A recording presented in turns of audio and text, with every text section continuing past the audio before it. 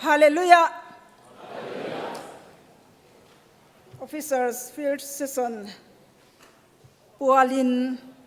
Chibai kan book Tharvele Chowa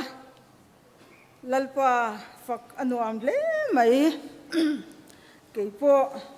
Ko O Chatereng Nen Chang Ve Trip Tony Chu Lalpa Fak Nan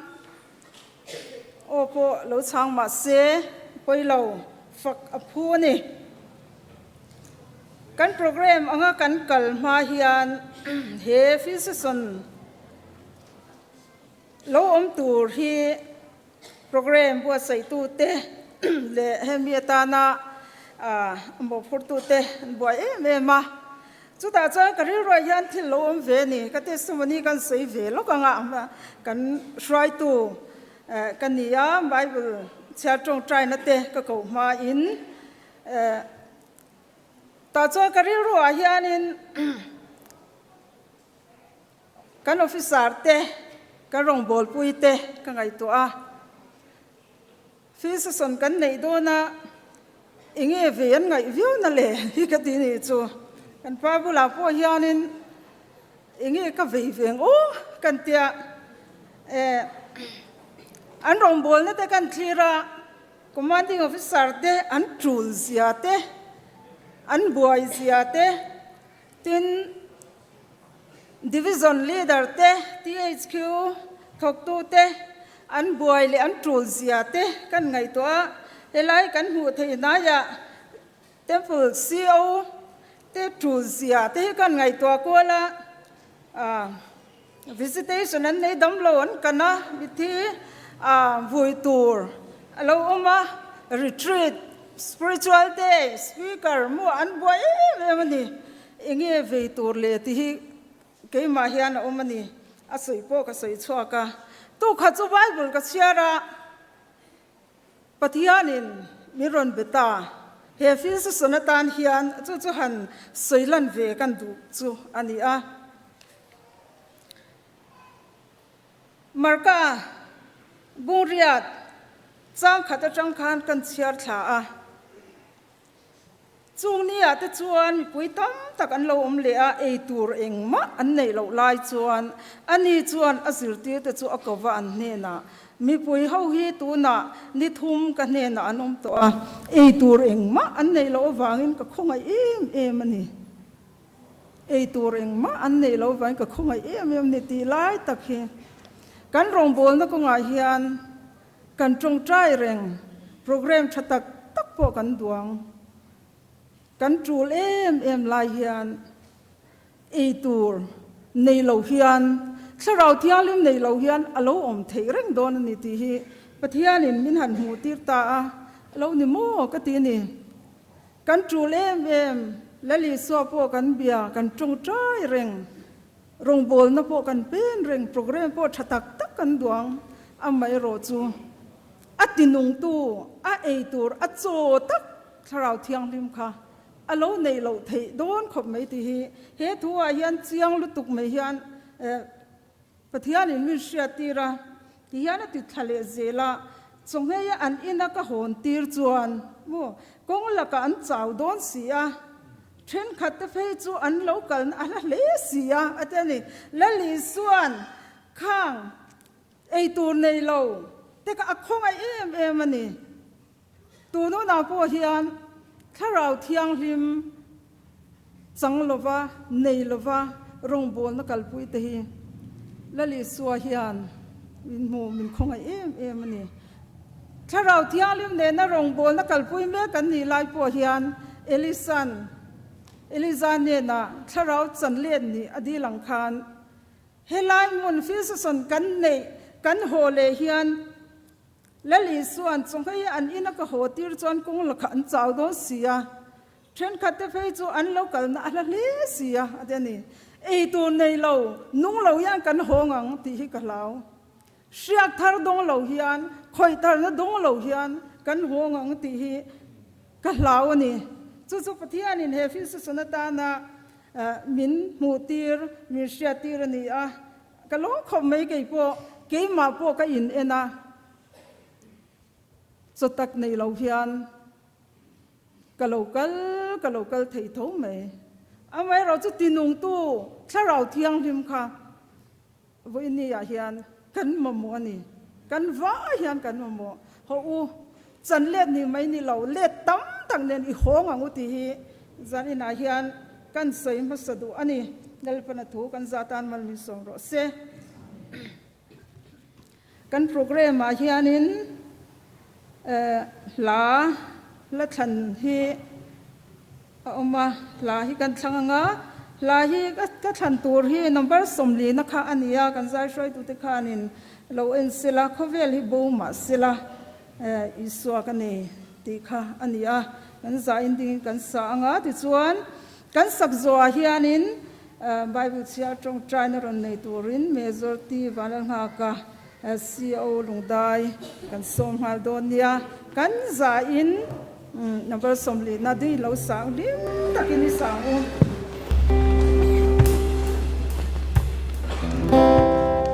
Kove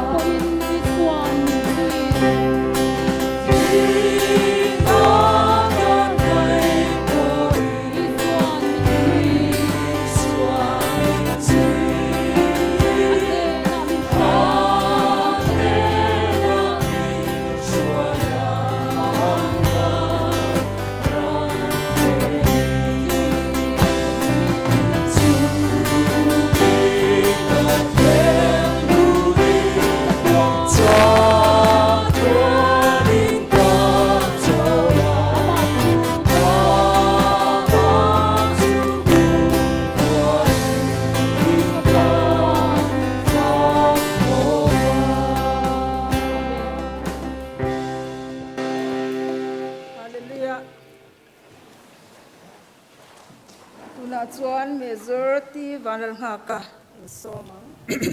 Hallelujah. Zina helai muna hun mang thei tura pathianin kanunna min zu asakawang hian na lom om hlein ka hria tin kan hruai tu ten helai muna item nei ve tura ta na min ruat hi kalom hle boka pathian chunga le kan ho tu te kan hruai tu te chunga lom thu ka soi ani pathian thu lo ngai sanghal mai la chronicle pahni na bunga sang som le pakhat atang hian kan chiar nge Chronicle pan ni na bunga chang som le pakhat atang hian lalpa ro puina tin heti hi ania pui thiam ho te chu mun thiang hi mata an lo chua ve le chuan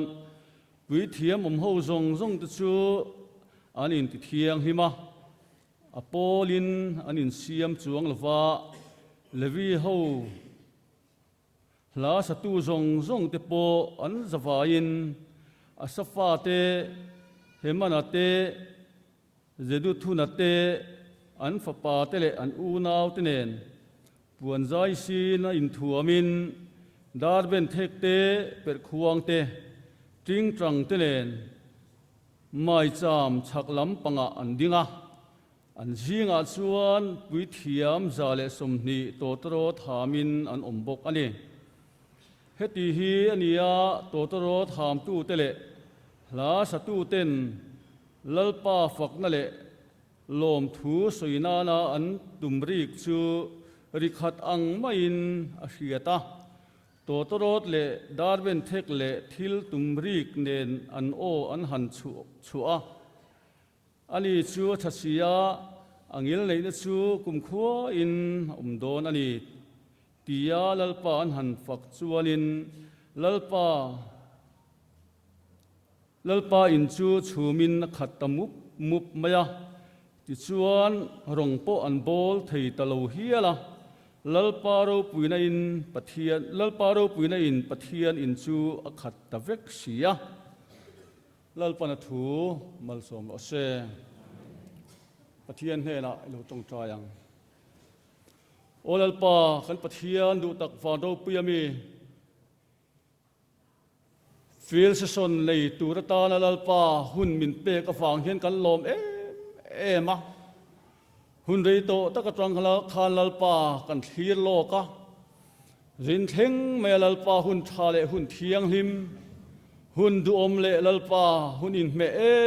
em mai min pe ka fang hian kan loma in hena lom thu kan thila che ti sunal pa mun sang tlang sang atangin officer min pe te wi thiam rual te lalpa kan local khoma zena helalpa kan ne na om nge ani ti kan thia kan lom mani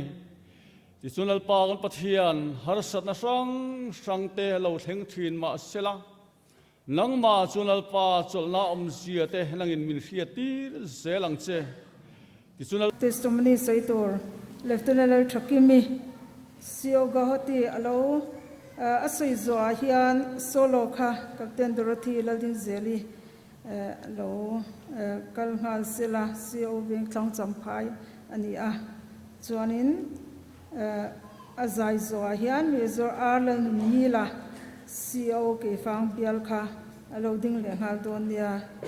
loading to lowin kha in datin lo chom ri don dia hallelujah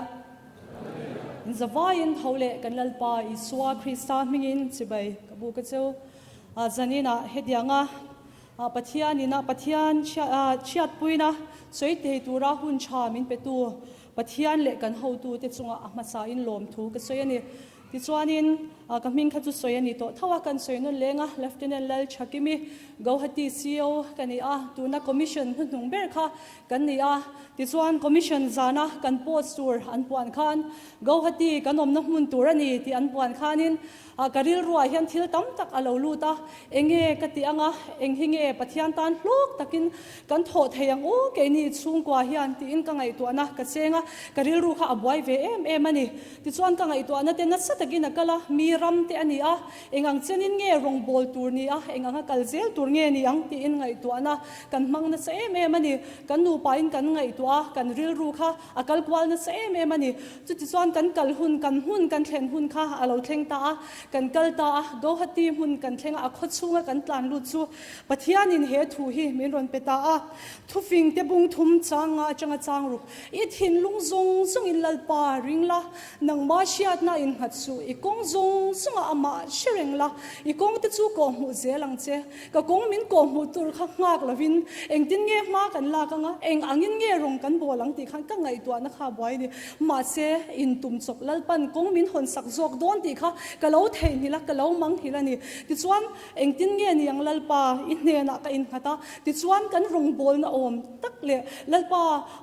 nang mara ma zaw thei na tur hian kong kan tan min hon sakang che kong zaw zok min hon sakang che I tan ka ron in hlan thare chia ngai kan ngai na zong sunga min chiat la din thar kan ngai na hian min din tharang che din ka in hlana ta chuan kan feel tara hian tui hi ka zuk in ani karil ru kha akal kwal na sai me matu ta chuan kan core secretary hi aron luta Mizoram House a hian ka kaldona cancer patient ka boy pui chin hi alo kaldona chu chuan min ron kanang che ati chu chiang tak hian ka benga hian aron luta ni chu a chiang lu tu ka chu ni lalpa ka kong min ko mu chu ni ka tia ka vakala lo la kal te chu ka te enge tia ka kal vere mem chu dam lo chu ka kan ve a thiang em ka te thiang et ni le jong chai na ka manan phalang em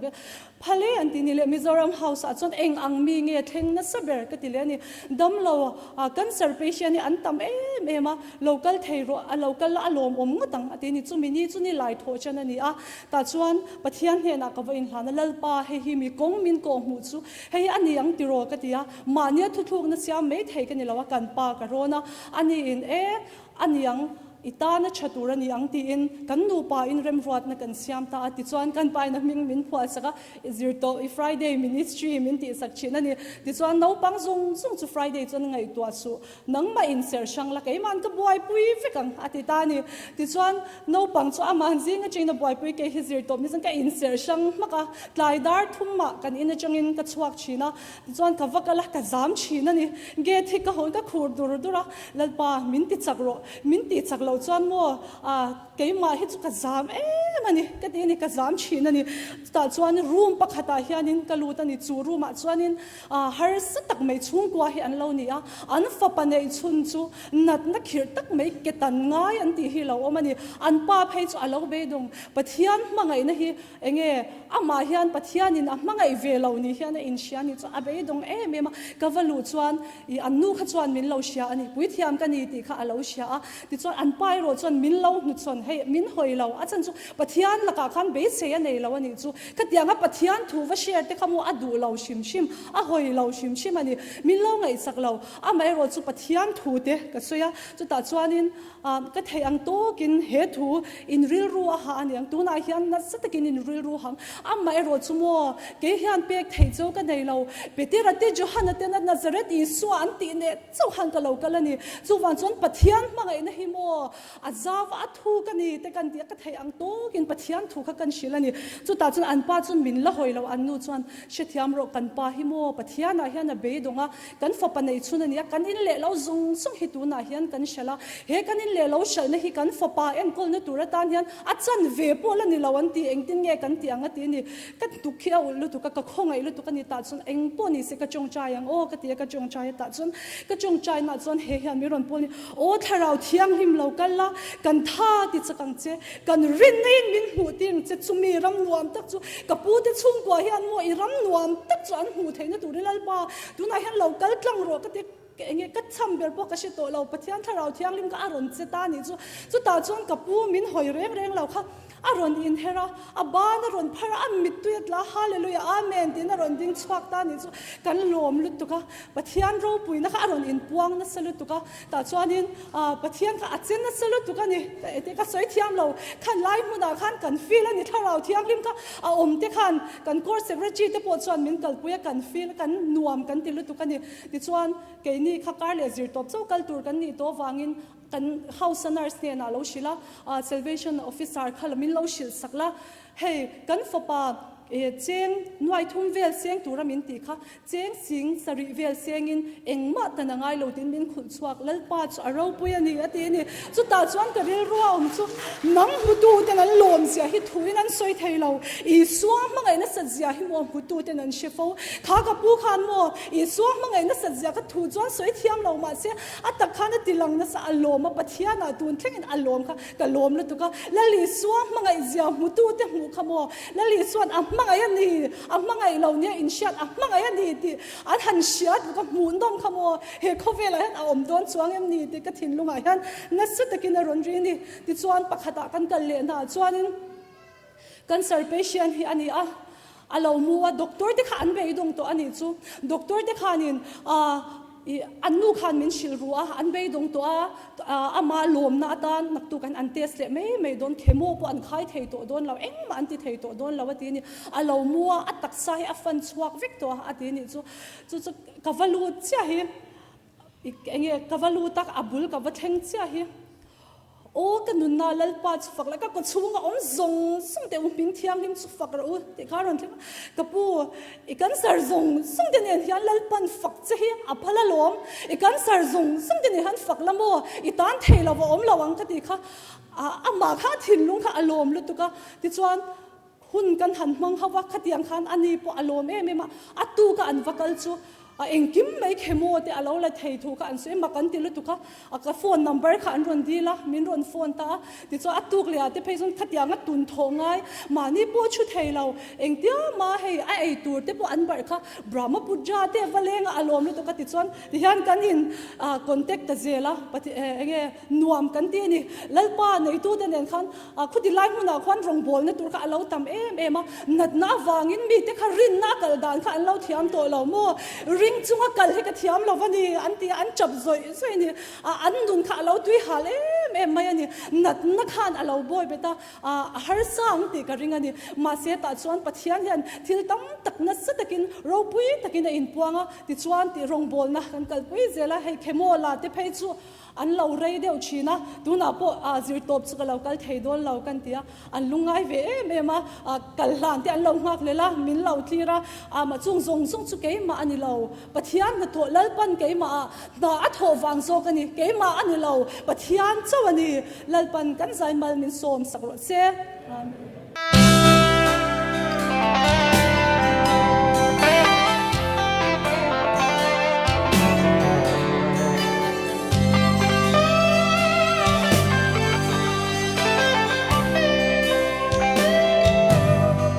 nun nei lo te ta na nun lan tu thiang sang to lo nu thiam min san piri an se dong cross thang min tuar sa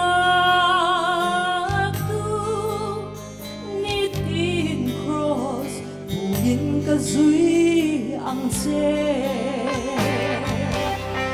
min tir ka se ka chang dang tu ka ta na cross ilo than to vangi ita na nu nan ve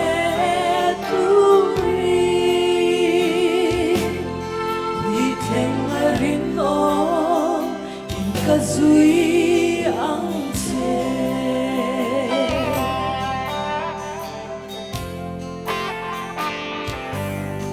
min tir ta che hoi mun po ni se katlan ze lam cross thu la shelo ben cross mangai na tu an lo xiat ve na ka pum mai hian ka ron in hlang ne min tir ka che ka chan dam tu ka ta na cross ilo than to vangi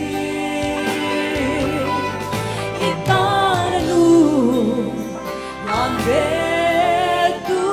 ri hi theng rin o in ka zui ang se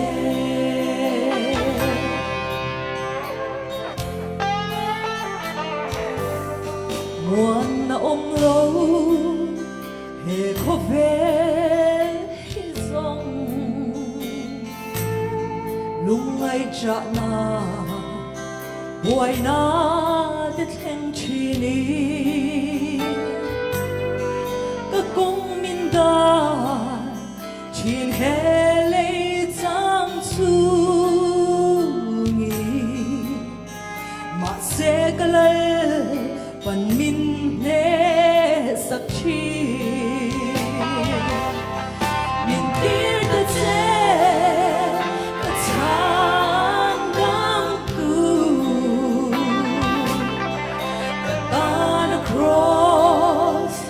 lâu tháng tổ vani ta đã đủ lan về tu đi thì thiên rin o ta duy ang che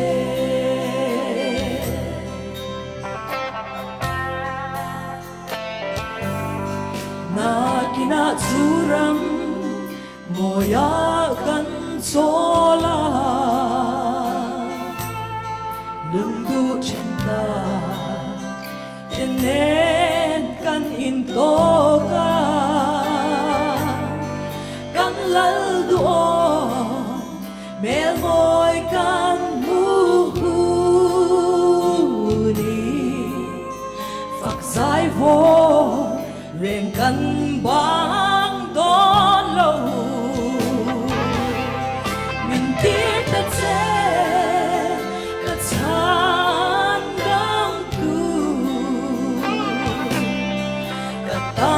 cross lâu than tổ vani ta đã đủ lan về tu đi thì khen rin o in ta duy ang che thì khen rin o in ta duy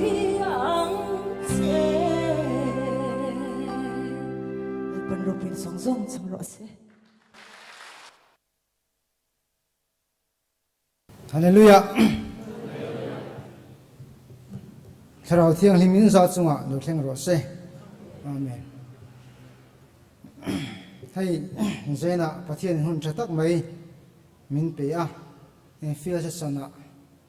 a shet puina soina hun kan ho tu ten mi han ru thi kalom hle mai a ta chuan pathian hne na hemi hun tur tan ten tong traya tin chuan zana hian heng pathian mi kai hruana te le min ven himna te a kai hruana kan don dan chi rang rang te zana hian han soi tlan kan tua pathian thu kai na na e pathian official turi min ko choka chuta kan training chuatanga voi ni thlenga in ha na bible chang kan nei hi oma chu chu in lai point dal pa chu ka fakanga ama fakna chu ka ka chuak fo wang ti hi ania ti chuan hei tu huna hian kum som ni le pariat no service ta reng maya tu kum som ni le pakwana local ve meka hemi chung hian pathian ompuina te le kai hroina te achang su har sabna han to sang te an neya ti chuan chuta bible chang in hana chu voini thlenga min kai hroi tu ani wangin la bible chang an soi kha poi mo le ka ria ti chuan officer training in kan luta kan han chuaka kum ni evel bor kan han service chau khania maro chu kum ni kan service kha chal tir kan ni tat maya ngma wang khan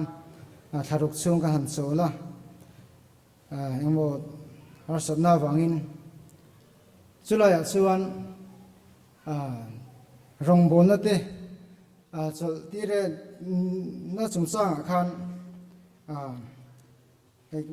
me zor vana thang khati hun la gan di si western division a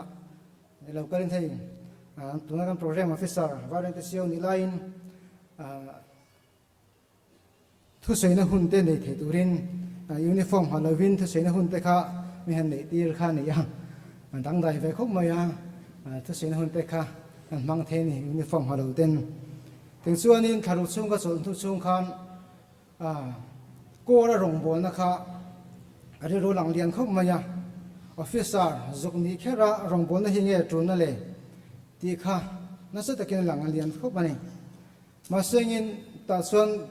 thole tura le kha kan hu khan ka phur ta lo via wani san su ko ra rong bol na han kal pui kha nuam ka ti la wangin e chu le kha ka huwa ram hnuwa ya ka kala appointment order te lo chu le khan ta chu pathian he na ka tong tra ya ram hnuai ka sukal chu pathian fakna hla hi kanun aron thinga ka ke min ti bai sak nun tam ka di thinan ti kha lo thinga ni chu kum ni kha training college ka han zira kha training college kan sir kha pathian he lo du tok lo ani ange practical training in mi han kal tir le ka ngaya teng suan ka ke min ti bai sak nun tam ka nei the turin nun tam ka lo nei the tur tan ke ti bai te ka lo ngai ni ti te ngai to so tin sa khop maya ti suan chi mi nuwa officer te ni in na ko pui to thatak mai pathian min pe ya ti suan fanau ro chan dom tak mai ka han ne ya chu pathian in mi han lak sak le ya chuti lai chuan hei tuna kan personal secretary te hi dur tlangan lai ni ya ani he na sa takin khilai dur tlang hona te mino boy puya te chuan tuna kan ti si hi la ke si ni lain vuina hunte min ni saki mission veng thlanga teng suan vuina hunte an ne ya tin hei measurement chana tempula siu ni lan ka hre chu chuan thlang mola te hun min man sak boka in hei measure athan hira te di si ni lain ni ya ani rem ron na siamin an dsq motorin west phailing thangin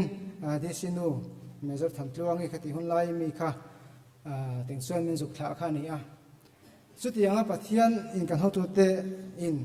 chuti har samna kan to lai po chuan min du sakin min ngai sake me maya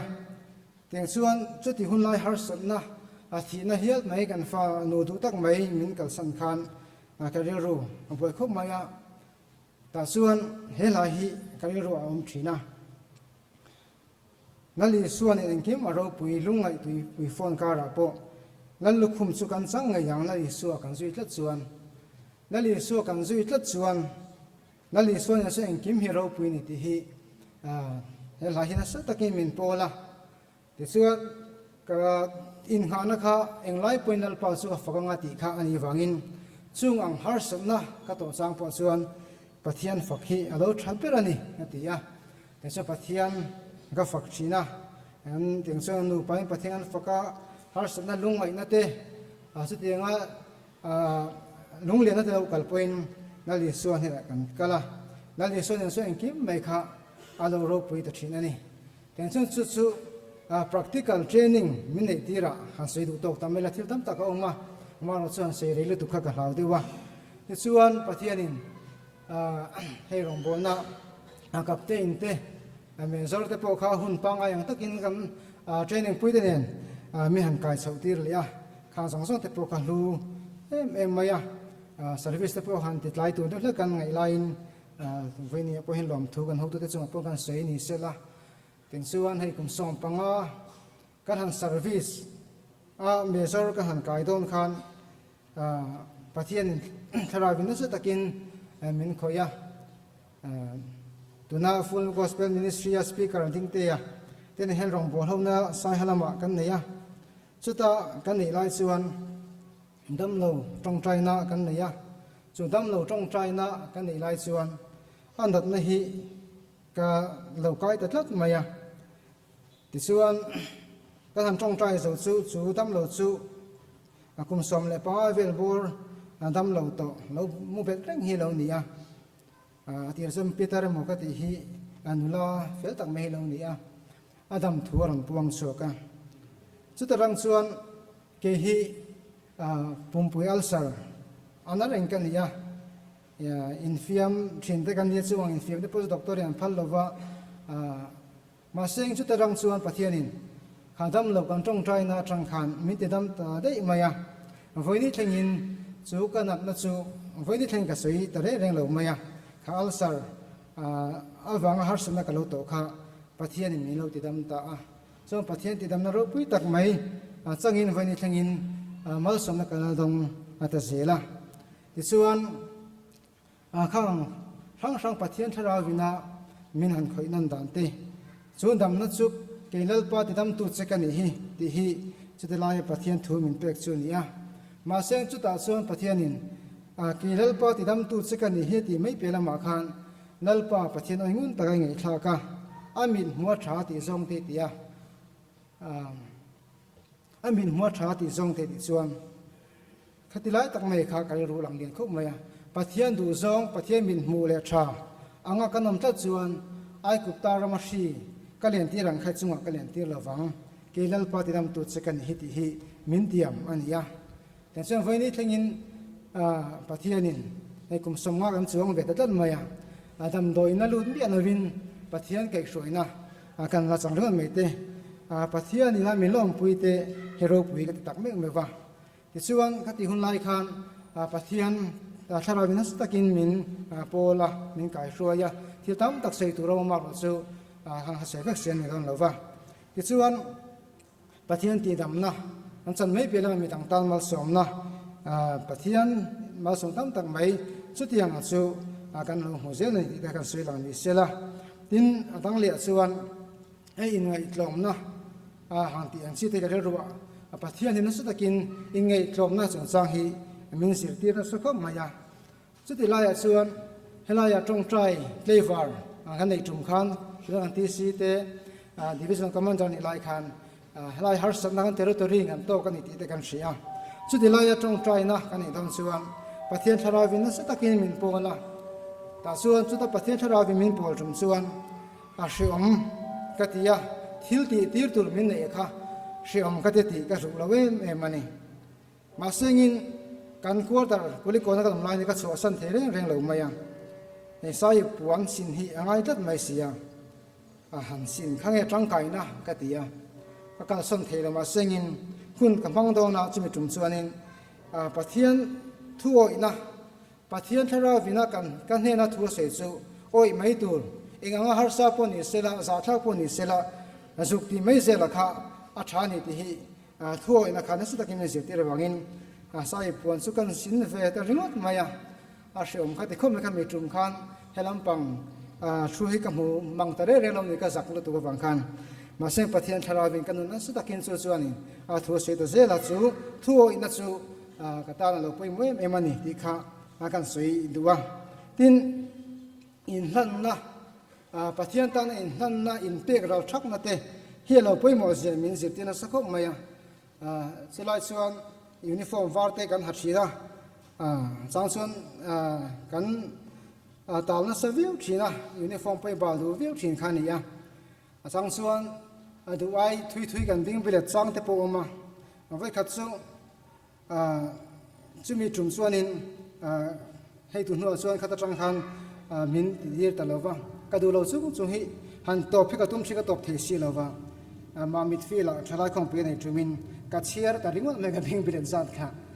ka chiar tang khan voi samphum panga ga na bing bilet ta ma se ka ha mi alo ni chimi san chuanin chu ka du lo kan ti po han ma se nge alo thok tu han lo thok ta sumi om zia ta ka chu mi hria ti ran chuan in ngai tlom na pathian laka chon eng mai kan ni lo ni chuan pathian ma so eng mai kan lo ni ti kha min hria ti na turin mi na an lo ti du lo po ni ro se ka zuk ti zel me kha pathian ina min zir ti dan ni tar wangin kha bing briat kha lar khop mai ma ro chu ke ma thoda chuan pathian ne in ngai tom na te eng ma kan ni lo je te chuan tur pakhat ma kan nei lo ni ti hi min hria tir na ani ti kha kan soi lang duwa tin in pek na hi apoi mo khop mai pathian tharawin na sa taka min khoi lai khan kum thum chung hi zan tin dar song pani hi ka tong trai hun ani ya pathian tharaw ne heng pol thina kum thum chung dar song pani hian hun kan mang thina chu chuan kanuna na takin pathian in thu asaya tharama samatam tak alo thleng thia ni chung ti salam panga training kan ina te tharalam pa mal somna min vu dam te voini hen kan ngai to le ta aro piket khop mai tharau zia chi sang hi pathian hianin Bible kan mu ang chi hi chu tiang chu min kal tlang tir zel mai tu huna hian han ti lo po hi kan hi mo ka ti deuh hial to lai chung chang hian pathian ro puina lo chang sil sel chu lai chu hei tong hriat lo te po hi han le chang kan ya tong hriat le han le amin han le tir chang te po ne ya chang chon tong hriat lo wa han ti char chap chang te po kan ne ya chu lai chu han sei zaw kan du lai tak mai chu ARC on line dam lo trong China counseling kan nei line ka trong thei da lo tat mai ya ka trong thiam ta lo tat mai ni zai zir li ni kan counseling te haka bia ti ngai na shelo min nui le ringot china sim hi san suanin kan tlei wal te usakani jing dar thum vel ha zo ka trong thiam ta suanin trong hriat lo ka ti ka lo trong char kha enge ang hre chuang lo ma seng pathianin na lo thokhelam pa handam na lo thleng zo kha lo ni ya ti suan awm zia ka hre lo ma sengin voini thleng hian pathian pona ta hian atir ko polan tharau tong alo tong hi ka mang him zo ani ti hi alo nu me ma tong hrian lo han man te hi pathian tharau pona tak ta hian alo hlu hle maya ti hi kanuna lo thleng thina voini thleng hin pathian ne na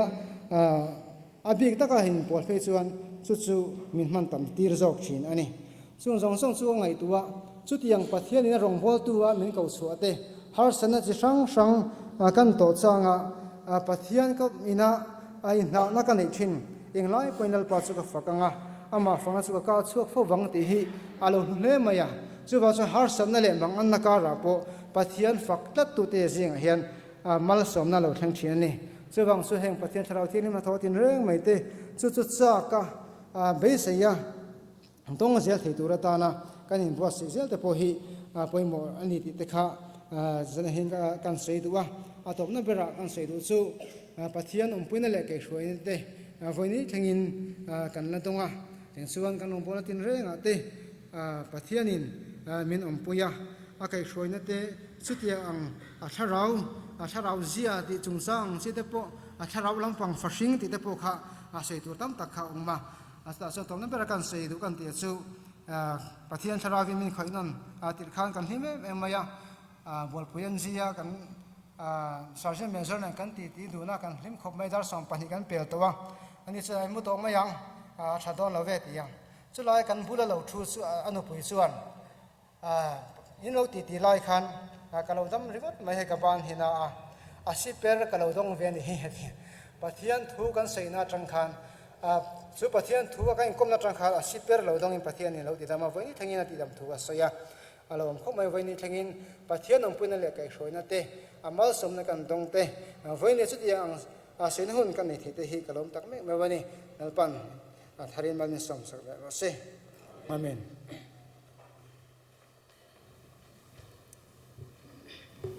ro pui le mai testimony ro pui tak kan ngai tha Friday ministry te kha ngai nom le maya tin fakla ran lan tu ten dorothy azai thiam mai ni lo anung ani khang te kha ro pui ka tia tin me zor mangi la testimony ro puya kanu po hi operation ani an zaina thi chuak re theilo mong an pui om deuh hlek to hi alo kala kongka a thlen hian anui hok khok meya kanui hok khok hi chuan an dom don ani ati thina ti chuan kanu po an tong traya chople chilin thi pu chu re meya katia angkhan pathian ni mang na em ani ti kha kan sei bel ve du a ti chuan mezor ngur thang bunga CO temple CO bial kan somanga ni hian la sakhau to ron thlanga thucha kan ngai thazui ngal don nia Hallelujah. Field session hun poimo le ro pui taka la than na hun kan ho tu ten min siam saka pathian chunga le kan ho tu te chunga thin long takin lom thu kan soya กระตรงทรายลาตั้มตะกะเลวกะละกัดหันชนะฮีกันสักตุยเลสวัลเทนันเตมหันสอยเวียค่ะทรายกันเสียกันละทันตูระจูกันละบัวขันจันนี่เลปกวนนะนังคริสตากางไฟเที่ยงลิมตูไม่ตีรละที่ขันนี้กันละรวยตูเต็นเราเอ็นหลอกเทนันที่นั่นกินกันเก่าชัวกันเฮ้ยฟิลเซสซอนฮีที่HQลำกันเฮาตูเต็นเทงโดนติขานก็อร์กาวสิลินกันไงตัวกันลมเล่มายะกันผูเรมมาอาชันสุปุยเทียมรัวลเต็นกันเบียกินาเตอันทูเลลาเตสติโมนีปะเทียนทุจ่าเตกันง่ายทางมัลโสมนะฮิดงโดนนี่ยันกันเครียจวังจวนวันนี้กาวสิลนาเพจวนินกันปุยเทียมรัวลเตฮิเทียงตุกะกันเราดูดเทียถ้าเราเทียงลิมาเราลมเทียนตูริน management committee เตปอขัดดินีละอันนี้จวนเฟลเราไล่เลยไอ้กิมไม่จีตะกินไงตัวเราเสกกันตีจุดที่จวนพูดตักไม่ยินเซ็กซ์ครั้งเล็กกันเทียงโตกครั้งกันกันหันครั้งจุดมัลโสมนะปอกันดงอินกันเสียดิน prayer ministry เตปอขันวินเตปอขันเฮฟิลเซสซอนฮีอโหลดลิงระวังเตียนลาวะเราตรงใจมละนี่ตั้มตักหุ่นตั้มตักกันตรงใจให้กันหนูป่าปอินถ้าเราเที่ยงลิมกัลตั้งนั่นหน่วยทิลติอนอมเสียฮิปเทียนิมินเราเรียดตีร์ตัววางินจูมีจวดเฮงระวังตีกันลาวมาปเทียนินมัลมินโซมาปเทียนมิงจูฟักินอมรอเซกันเซสซอนเฮาหุ่นโต้ยแต่กันในขันกันโซและกันเทียนนูปะขัดเพจวนปะเทียนเหล่ากัลเซกันดูเดียนวมข้าตีลุตุกสุดที่ยังจุนิงกรียกันละทันตูร์กันสอยดูฉันสุเฮเกาครันฮีละลีส่วนอธิเสนาเลยนี่ที่ส่วนจูเกาครันจูเลียเกาครันปนีอมาฟานาเขียนเกาครันปะขัดโซออริจินัลอมานี่ที่ชวนเลี้ยมีเต้นวานที่กันหูไม่เทโลวากินเลี้ยเฮียนอธิเซนินอรอนเลี้ยอัตานียชวนซูมีเอ็นกอลตูร์ชวนทาราวเทียงลิมค่ะเป็นติโกสเนียเปียทาราวเทียงลิมค่ะอิสัวไอโอขมียทุเนยเบิร์ตูรตานอาดานีเฮลาการุนทันชันสุจางทุมนาคันวันเมย์เงจุกันง่ายกันดีลไม่ตีร์ละจู่จวนกันมาโมซงอเปไม่ตีร์ละกันมาโมซงจู่ขอยางเงอมตุน่าเฮียนดิกตักจวนกันเบียกินเตโมยเซเมมบาร์ปุงิละออฟฟิศาร์ทจอกเตลาวชวกเสละจู่ขอยางเงอมกันลาเฮียนมินฟรีละทาราวเทียงลิมาอาอุมันจุดนี้จวนทาราวเทียงลิมลูบซงอังอินอมิลาลูดวติลาลูง่ายปุยมอยลาลูสายลาอาเจดเวงละตูร์เสียมเทียมิลาจุดที่จวนทาราวเทียงลิมาลมจวนกันมาโมซงจวนเราแข่งไม่โดนนะลออาตบเบระจวนเราเรียลตูบุงสมปะขตาคานกิลิดมีแต่ขานันเมลมาอมนแต่ขันเนตเฮโลเจ็บท่าขันโซมามิจักไว้เซนนี่จู่ๆทาราวเทียงลิมเอนติกันซิงะเฮียนอมุนมีแต่กันเหตุให้นตูรตันกันซิงะกันเฮาตูบิระเราจังตัดเส salvation เฮียนทาราวเทียงลิมมีเฮาตูบิระจวนกันมาโมซงมินเปียงจู่วังจวนนังคงไงเราชวกเสละรุมดังหุ่นดังกันสักอังนิลวินทินลุงเกสมินเฮติยังมาทาราวเทียงลิมใจกัลสังไงเราเร่งอินลานสุงิดเฮติยังตะกะอุลุขียนกัลใจไงเราเทียทาราวเทียงลิมจันทร์วินาทีนินเอลาฮีทุจ่าอินลันนักกันไงทักตูนัตานปอมินปุยตูร์กันไงกันใจเราดิ้งเอลัง No Krista gang phai thiang tu Mây tir la i chan dang na thon pe kan nge mei tir la Cầm na thôn mẹ thân nghe mây tir la ngak tu te hi min ron en la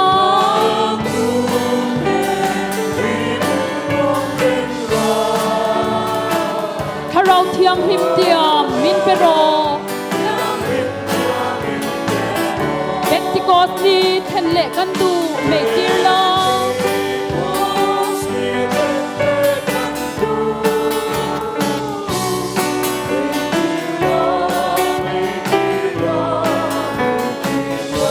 Elisa pathian kan au che mei tir la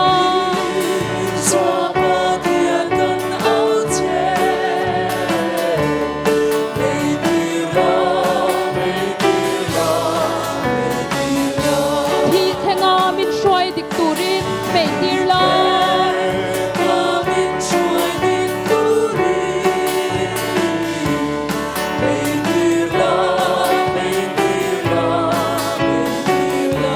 sual na zong zong kang phai tur le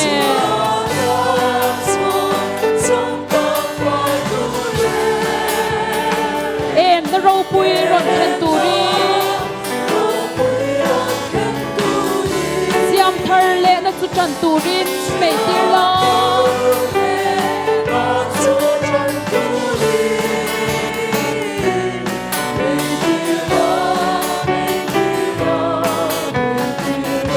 van mei nge chu kan ngai kan dil mei tir la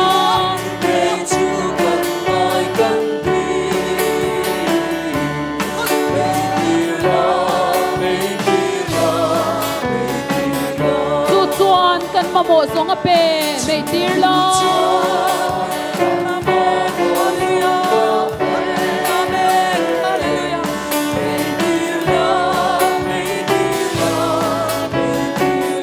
kan chak thei non ti dik tur le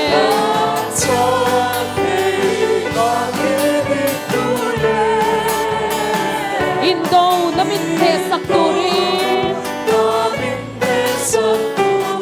nun thiang hi ma kan nun thei non mei tir la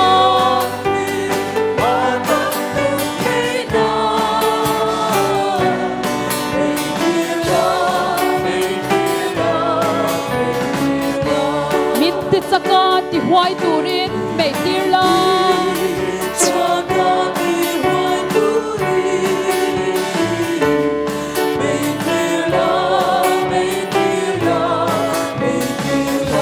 khovel thi mek chan nam turin mei tir la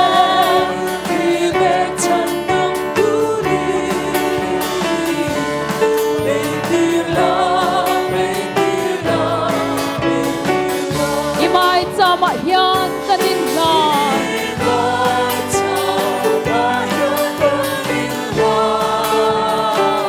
tu na nge hian min buang che in lan na hi nem he turin mei tir la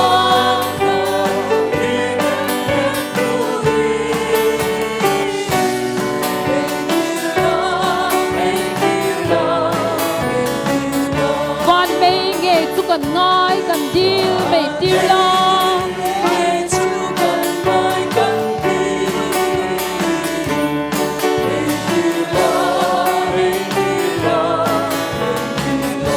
chu chuan kan ma mo zong a pe mei tir la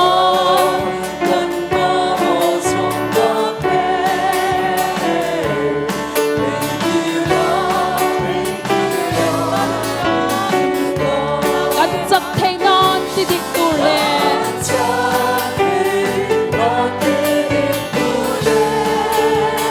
in do na min the sak turin nun thiang hi ma kan nun thei non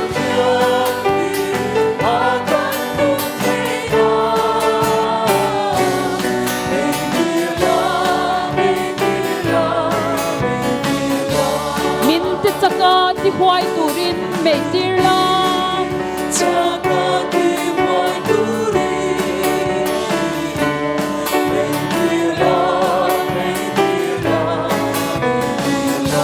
khovel thi mek dam turin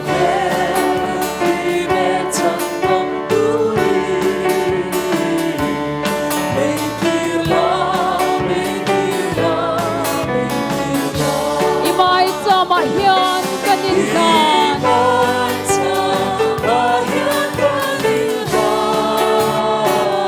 tuna nge hian min buang che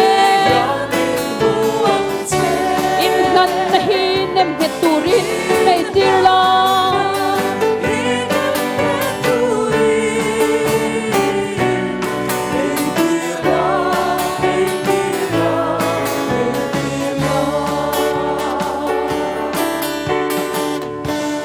hongai takin lola dingila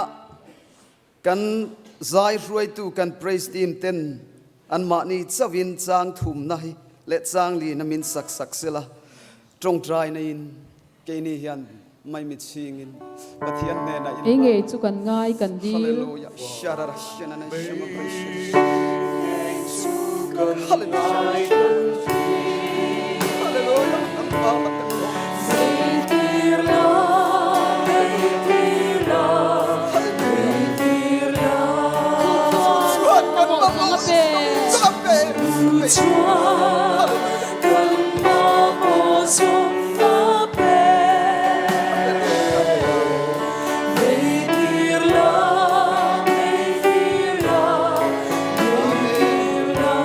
kan chak thei nan ti dik tur le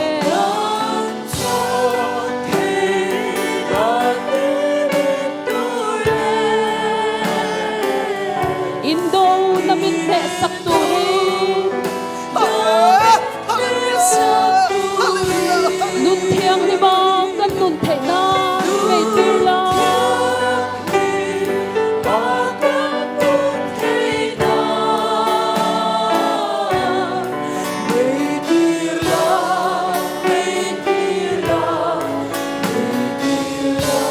min te chaka ti huai turin mei tir la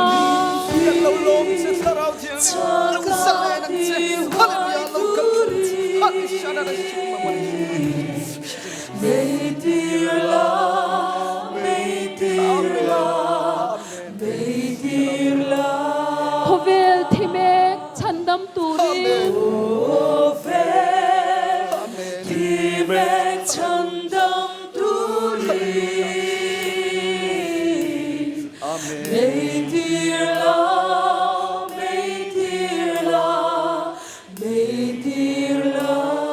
imai chama hian kanin na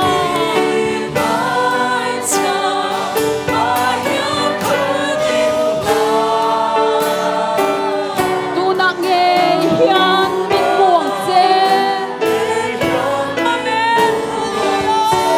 in lam na hi nem ke turin mei tir la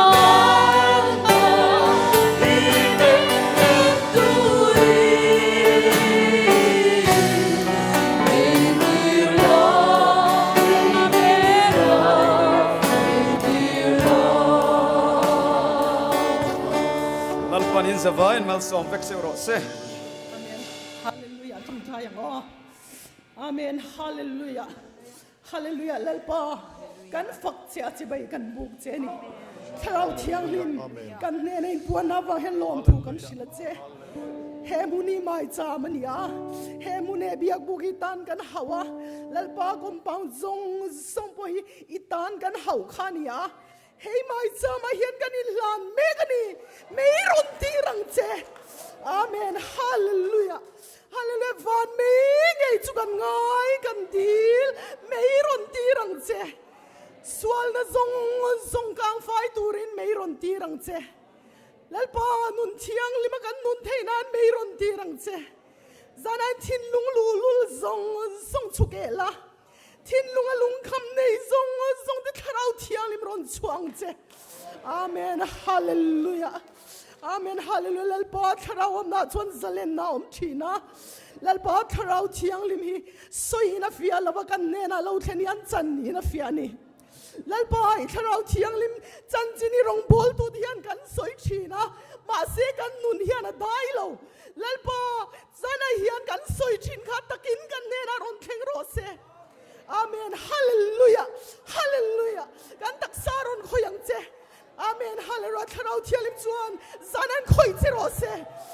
Amen. Lalpa til di thei na chu chunga lo theng ro se. Amen. Hallelujah. Amen. Hallelujah. Amen. Hallelujah. Thin lung lung chia te tuam la. Lalpa kun ngoi te lam hoi ti rang che. Amen. Hallelujah. Lalpa nang ma kan lom lo hian kan rong bol sakatin an tuar. Amen. Lalpa kan lom na kan no te hi lom na in ti khat lia mang che. Lalpa nang ma lom na nei lo ti rong bol na a hian lalpa nang i che thei lo. Chuwa chuan san a hian hallelujah in no lalpan ti khat ro se. Amen. Hallelujah. Hallelujah. Amen. Hallelujah. Amen. Hallelujah. Lalpa shara amen. Hallelujah. Taksa dam lau chunga he muna nang ma chibai buka om te hi lalpa nang ma ni sia chung nat nei na phuar mek te po cha ne ron chuang che tharau thiang limam na chon zalen na theng thin lalpa ni taksa na kha khoi ro se lalpa thil ti theina chuan amen. Hallelujah. Lalpa thil ti theina chuan shananan amen kal tlang che ro se amen. Hallelujah. Dongang che shananan amen. Hallelujah. Lalpa thanau thialim me yang lo theng me ki zana dongang che hallelujah. Hallelujah. Hallelujah. Hallelujah. Hallelujah. Amen. Dongang che hallelujah. Lalpa amen. Nida kan la sian ngai lo kan taksa hian I thanau thialim om puina chu shafia ro se amen. Amen. Hallelujah. Lalpa shada kan lom thu kan sil che ni amen. Hallelujah. Hallelujah. Lalpa thil di theina chu changang che amen. Hallelujah. Ikutta lalpa ma lo pharro ikutta lalpa ma lo pharro le lalpa khoi turin lalpa ma lo pharang che shada sari hian siak thina amen. Hallelujah. Siak thina chu lo theng sel ro se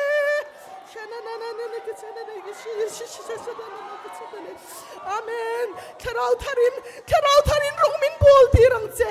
lalpa tharau tharin rong min bol ti rang che siam thar le na chu chan turin mei ron ti rang che amen. Hallelujah. Siam thar kan ngai lalpa siam thar kan ngai ni lalpa zana hian rong bol tu te kan zawai hian lalpa min siam thar ro min hoi thar le ro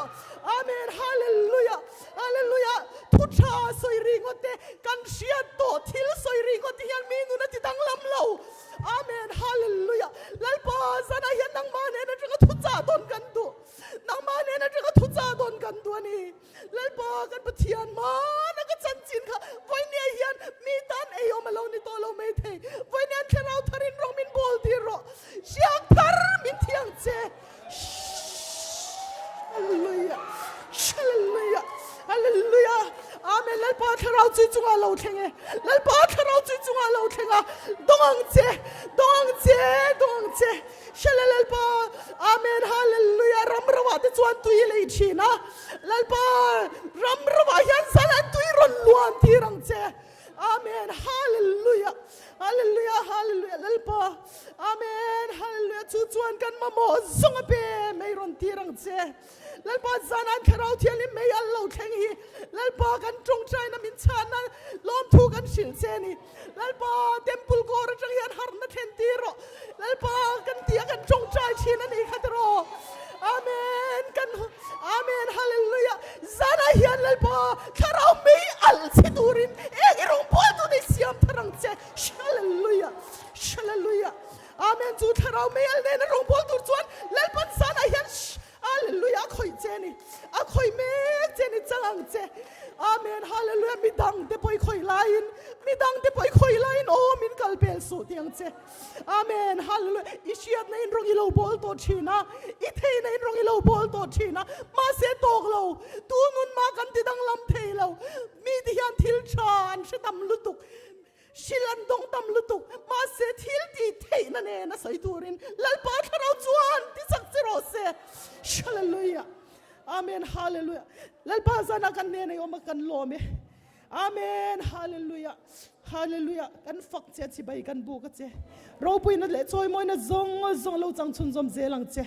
lalpa chuan Krista mi ko dro pe kan kol ti re amen. Hallelujah. lalpa tharau thiang lim pol na lalpa tharau thiang lim om puina nuaya ama chibai bu khi ba han nuam em tro zana meng po ka meng phal lawak mit tuinen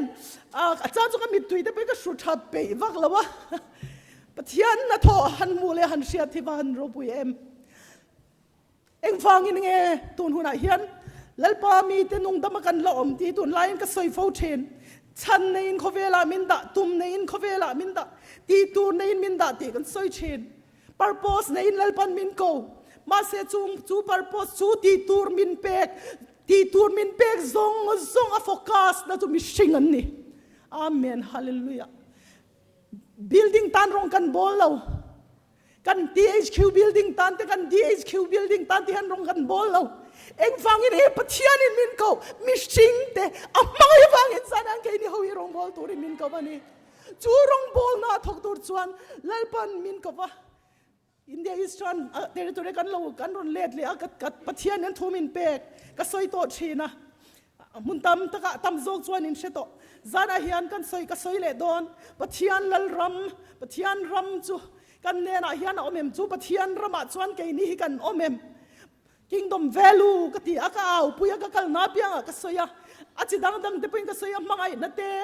rin na te be sei na te ka ti a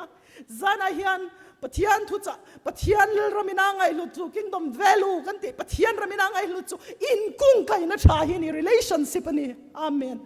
chu van ram khenga kan chom tur ani kan bu ruate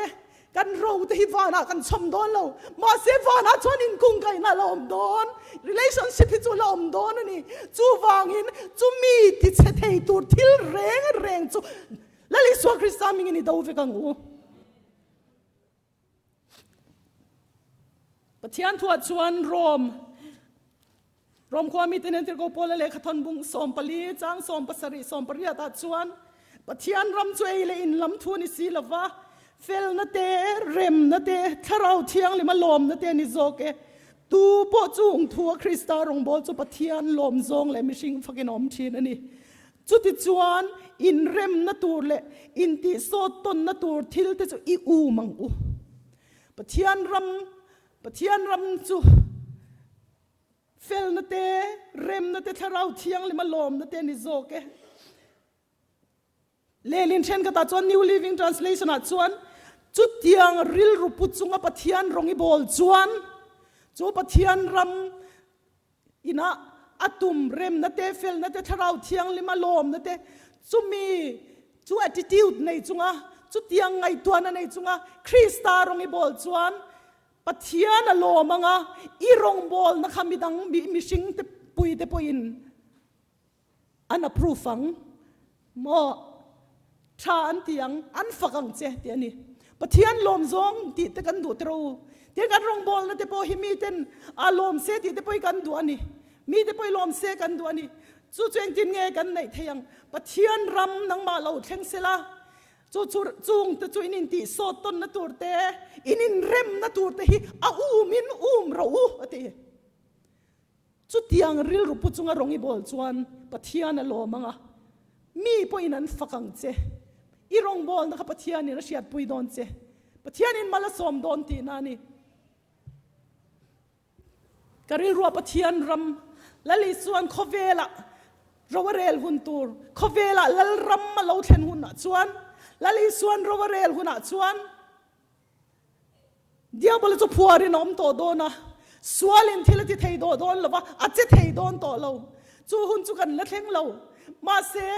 voine han pathian ram nang ba thlengem ke manian pathian ram thlengem chu pathian rama chuan nang ma hi omem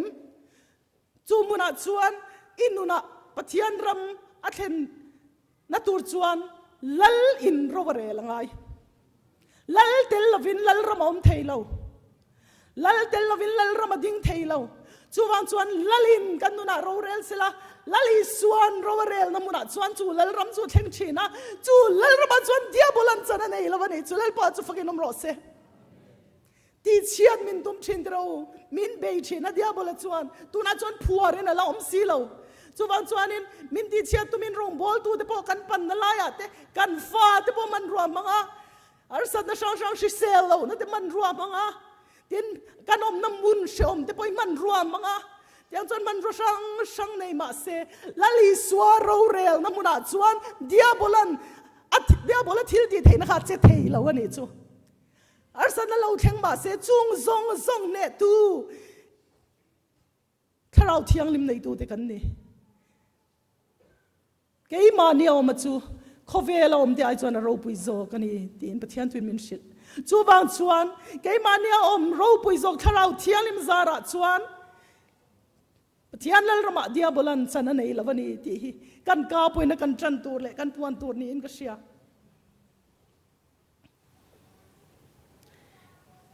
pathian ram chunga zana hian pathian ram chuan enge pathian ram ina ngai hlut ber chu enge niang mishing te hian ni ichena testimony kan ngai tha kha ban ro pui em tero rong bol namuna athen chu go hatia minda athen chu kan chan che ra rong bol pui tur po manglawa te kan oma athen te chu van ne ate niang khir tak te po niang ma se chu muna chuan eng wangin nge eng ti turing nge lalpan minda khalaya khan mamo tu ten omani khamuna khan mishing pathian mamo tu ten omani chuwang chuan lalpan pathian ramina ngai lut em chu mishing ten ni chung mi ten en chuan in kung kai na tha china khan kan ngai tha in kung kai na tha kan siama relationship kan siama ten a chung mi ten azon chan chin tha kan silanga mamo tu ten en thleng turin in buat sai thar leng u kan program te na program kan nei thu soi tura hun kan nga deute program in nge kan nun hi min thunu na pathian ne na kan in lei chin na hian rong min bol tir engzo khian nge rong min bol tir ti te pen ngai to tham ning ka sia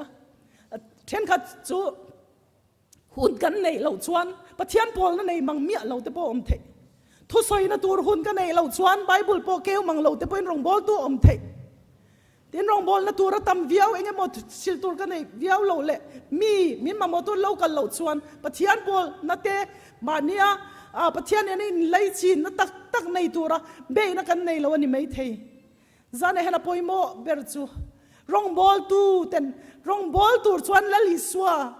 ne na in bia ka ngai tharau thiang lim ne na in bol thina ngai ane na tanga thui sia lo chuan en tin ei silang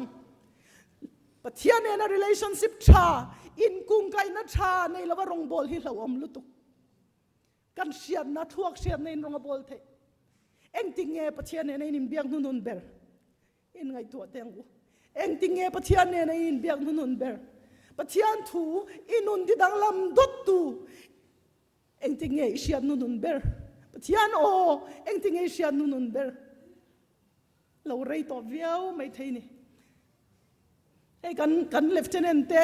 kan officer no pang zok te pathian thu a thatak tak enom ti ka sia kan mu division ate kan kal officer council te kan neya chu chuan min chou min ti chak thin ro pui ka ti testimony ngai thak te ro pui thina min choi kang thin ani southern division kan kal trum khan kan ti lai chan nula nia kan nula khanin captain no pang tak nge thar khan testimony soya rong bol na mun pakhat ka om na hemi ma karon kal ma che rong ka bol na chuan COBL vong tu kania pakhata ka kala thalain sport ante ka telve ve ka ngaya council at ka telve ve ka ngaya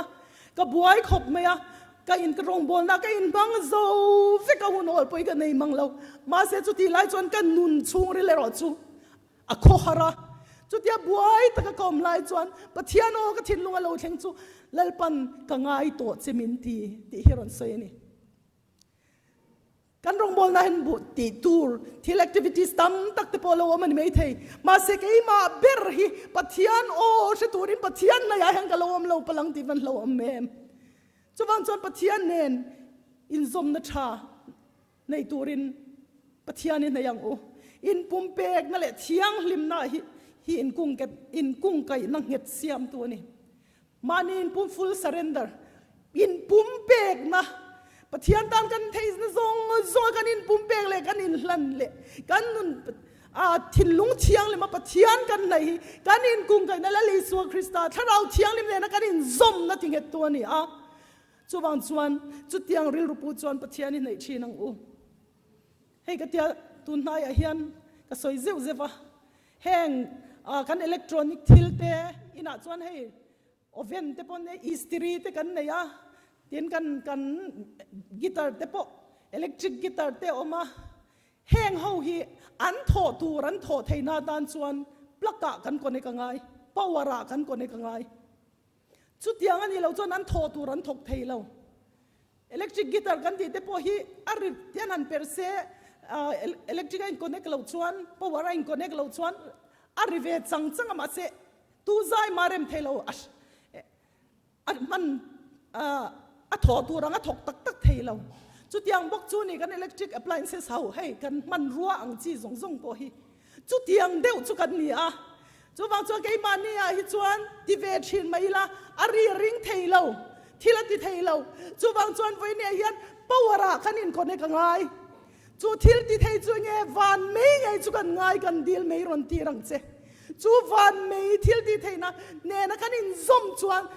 tharau thian min chunga lo thlenwa thil ti thei nen la ne yang chu kan rong bol na hian van poimo te lul em in zom pathian nen kan in zomang tin kan mishing pui te nen po kan in zomang mishing hi cheng ho tura pathian ina siam te kan ni khosa ho tura siam te kan ni mishing ama chawa oma tha atilawa ev siam ani kha dama siam khan ama chawa om tura siam ani lo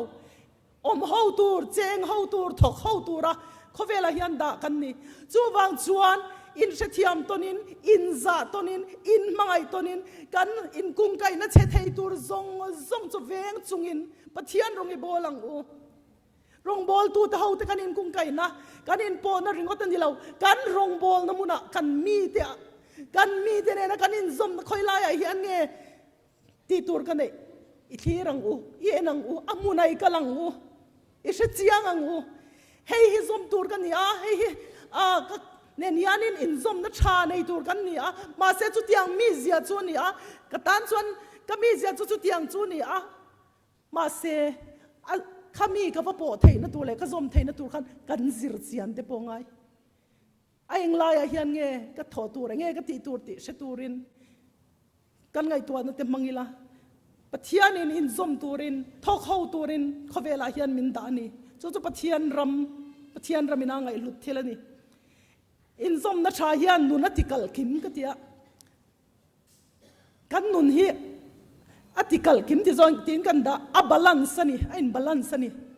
keima du zong chau le tha ka ti zong chau a ka tlan vak hian midang ne na kan in zom na khal a chang chuan a lo hla thin nu pa te po ni ti ro Salvation Army a chuan nu pa arong bol kan ni a ko na san ve dong a pui thiam ve a commission te kan ni a chu wang chuan rong bol tu ve kan ni ti hin siat chian em tur ni LOM Sunday am hun kan mang ve lau maya ti mei che na trong kam kan nei ti LOM Sunday a chau ni lo home league Sunday a chau ni lo po rong bol tu thawini kan rong bol na hian mi pale me chia po in balance rong kan bol thiam te kan chak lo na kan in dom kan te tin mi pa zo khathi athiam zo le thil ti thei zo ni po tlan vak I chung kwa le fa te khanan mamo ve reng tho che ni ti po siat tel tur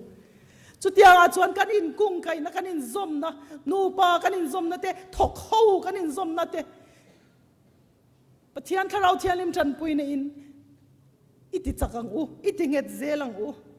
in trong trai sak tur te kan ni pathian thua chuan in mai ton ro in trong trai sak ton ro in fui ton ro ti min zir tir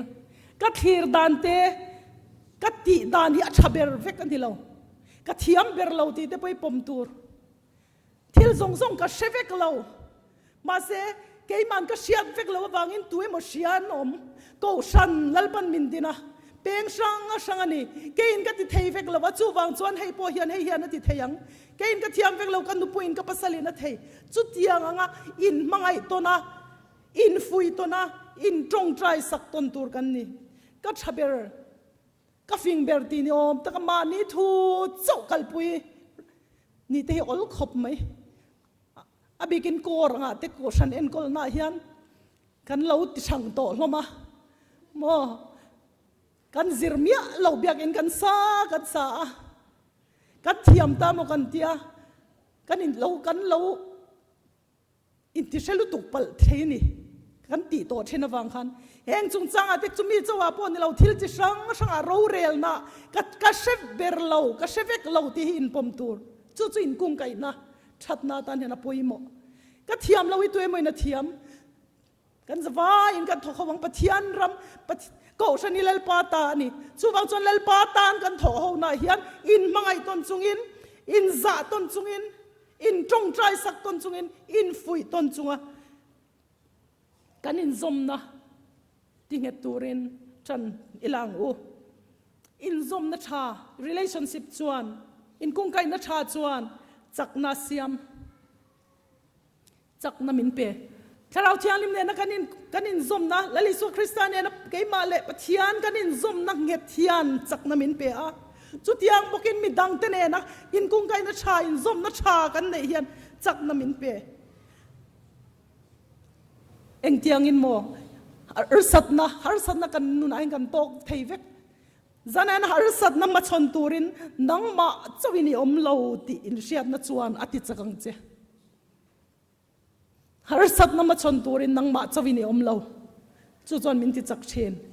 keima kan lo lel pa ne na ni ti riat na pon min ti chak chen tin pol ang howarong bol na po keima chawin ka om lo chu po chu min pui thei chu po chu min mangai tu om chu po chu min fui chin tu om chu tiang chu no mani ti riat na hian min ti chak thina chu bang chuan zana hian kan kor chunga kan community kan khotlanga kan community amun sang a hian in mi te zinga kan mi te chaw lo po kan chen oma te kho har mal ngoi an omani ti hiat istar leng u zom kan ei velo mi ngai sak tu kan ei velo ke ma chawin mi ka om lungai har sat na tok mal ngoya om hi an omani ti siain chung mi te tan chuan a zom pui lo niang che chung mi te zom pui ni tur chuan thok chua gang che kan mi te meng thar leng u ngai sak lo ni in sian om ngai sak lo ni kan rong bol na chunga ngai sak lo min ngai sak ve lo min she ve lo ti ngai na she lo tu nge ka panang kai chu min she ve si lo ti mi singan om pulpit atang ringot thian a siat thei lo pulpit atang ringot na chung mi te chu mu thei lo kan mu lawang kalro kalila banila khen chilila chung mi te nun chu lo dam don ani chu bang chuanin in ti chak ton tur kan ni in kung kai na le in zom na tha chuan than na pe in kung kai na tha relationship chu tha chuan than na min ti thang ni chu kanun po tharau lam nu na po ni zel tho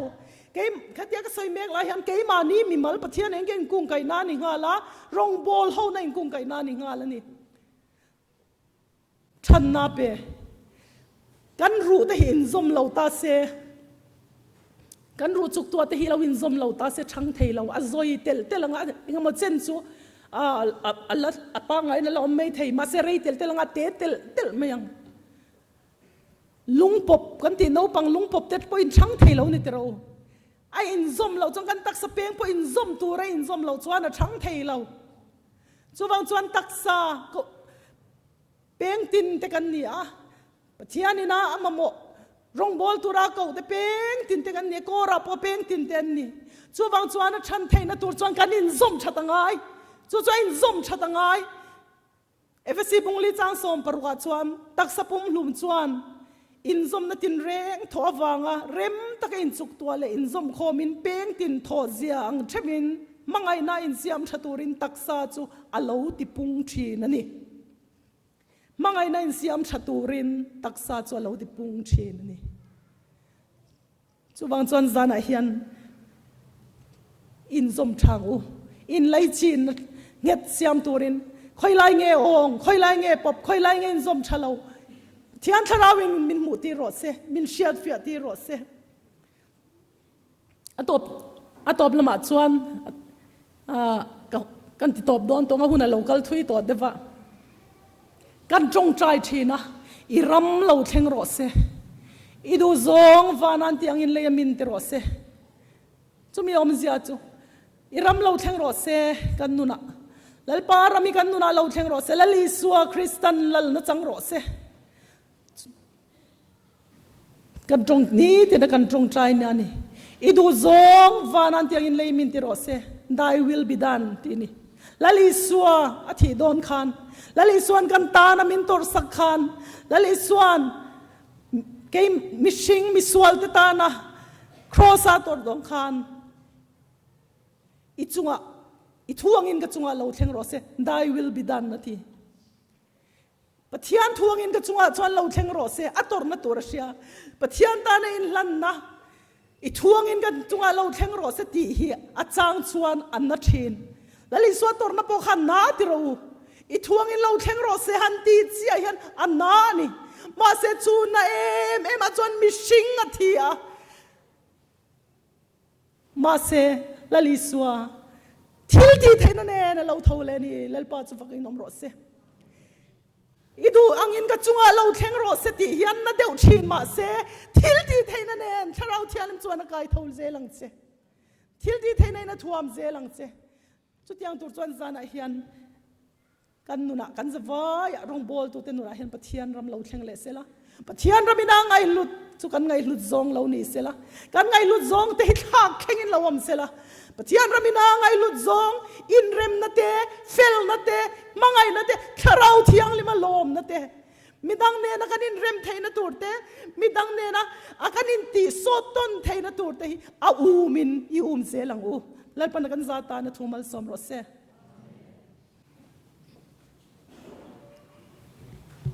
number zanga som le pangana lali suwa mangai na le thatna ti kha kan thang do na zarina tharau thiang me ka min kal tlang me ka tharau thiang min a khoi chu a chelo thei lo ani zarina hian lim takin he lai kan sa anga kan sak zo commissioner nu I trong trai na ni ma som trong trai na ani khom tem chi turin kan alo ding hal don dia alo sa Isua mangai aletrana le sa ngai nai pagang man ram min eng le ban som na kan ta na han buat sayang man ram kan khen hun chuani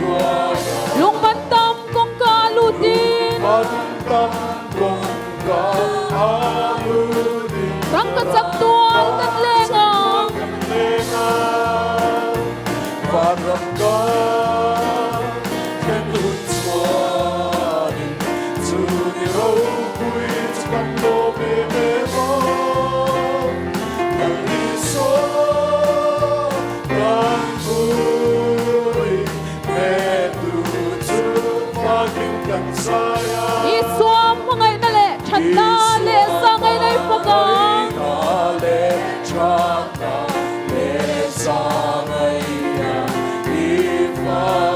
Van rom mineng le mal som na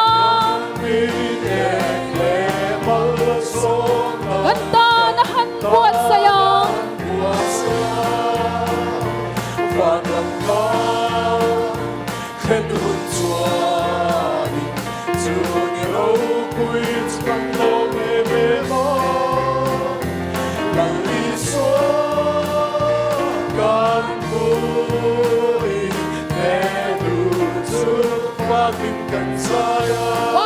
padin kan kalai Thum te lo sing china Ma se kan pel hun chuanin Him le topic akyanga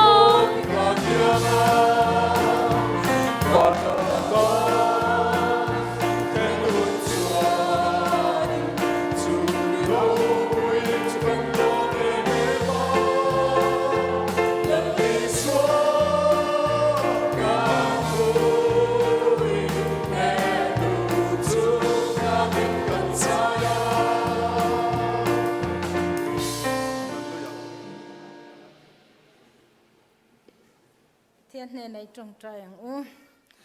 lalpa kan van lom em zanina hian kan lom ani nang mai che ta wangin kan lom e isu lo trong ang che isoi tlung mo ya om lo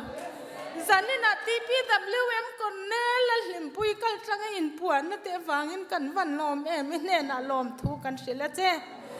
India Eastern Territory Salvation Army himin lo van mangai em hong tu chat tak min pe lalpa kan lo me voinia officer fil seson kan nei hi nang mani chin chi amali so mani naktung lama hun man tur zong poi ro poi puan chua nan ron mangang che lalpa kan lo me ti bak soi tur kan hlo kan lo me nang ma wangin kan lo me kan lo mani kan lo me lalpa tuna hian kan lalpa iswa Krista thatna pa pathian mangai na te tharau thiang hlim pol na le om pui na le chen chil na chu he officers field session local zong tele local thailo mun tina om te ne na tuna le chatuan thengin lo om zel ro se amen amen